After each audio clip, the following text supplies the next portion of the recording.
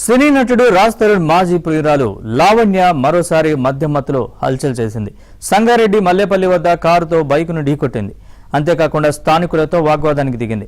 గ్రామస్తుల సమాచారంతో ఘటనా స్థలానికి వచ్చిన పోలీసులతోనూ లావణ్య గొడవకు దిగింది. డ్రంక్ అండ్ డ్రైవ్ పాజిటివ్ రావడంతో కేసు నమోదు చేశారు. కారును సీజ్ చేశారు.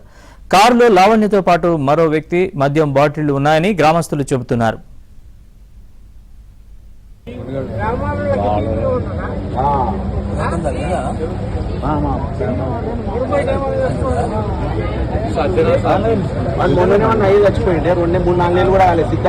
ఇచ్చిన వాళ్ళే ఏమనరు నిన్ను, నువ్వు భయపడగల.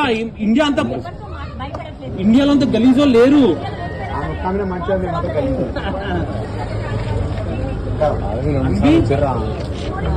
మీకు కోర్టు పెట్టాను ఏమంటే ఎంతమంది కూర్చోవు? మా ఊరిది ఈ ఇల్లు మాది. ఏం కథలు కొడుతున్నావు? దేవుడు మాకెళ్ళి నువ్వు ఆడదానం నోరు మూసుకో. నువ్వు ఆడదానం అయిపోయినావు.